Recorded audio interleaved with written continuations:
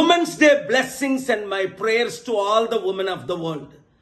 ముఖ్యంగా తెలుగు రాష్ట్రాల్లో మహిళా దినోత్సవాన్ని కూడా రాజకీయం చేస్తున్నారు. ఇక్కడ రేవంత్ రెడ్డి 1 కోటి మంది మహిళలకు కోటీశ్వరులు చేస్తారట ఒక్కొక్కరిని.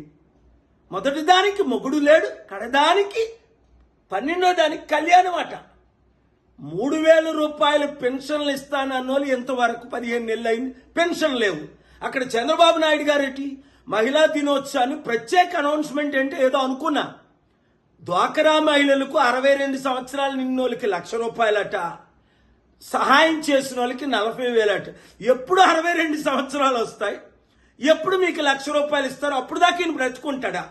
బెట్టి బచావ్ బెట్టి పడావ్ అని మోదీ గారు బెట్టిల్ని మర్చిపోయారు. ఇంత మానభంగాలు జరుగుతుంటే దేశంలో రాష్ట్రాల్లో కోర్టుల్లో ఫైల్ చేసి ఫైట్ చేస్తుంటే 6 సంవత్సరాల అమ్మాయిని సంగారెడ్డిలో రేప్ చేస్తే లక్షల మహిళల మంది రేప్ జరుగుతుంటే ఈ రాజకీయ నాయకులు ఏం చేస్తున్నారు? కనుక మహిళలారా బయటికి రండి. ప్రజాశాంతి పార్టీలో చేరి సర్పంచులు, ఎంపీటీసీలు, జడ్పీటీసీలు, ఎమ్మెల్యేలు, ఎంపీలుగా 50% ఉన్న మహిళలు 50% అధికారాన్ని సంపాదించండి. బుద్ధి చెప్పండి, మిమ్మల్ని మీరు కాపాడుకోండి.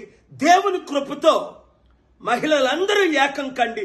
మరి మోసపోకండి ఈ రాజకీయ నాయకుల మాటలు విని. ఈ వీడియో మహిళల కొరకు అన్ని ఛానల్స్ బ్రాడ్కాస్ట్ చేయండి, షేర్ చేయండి. Thank you very much.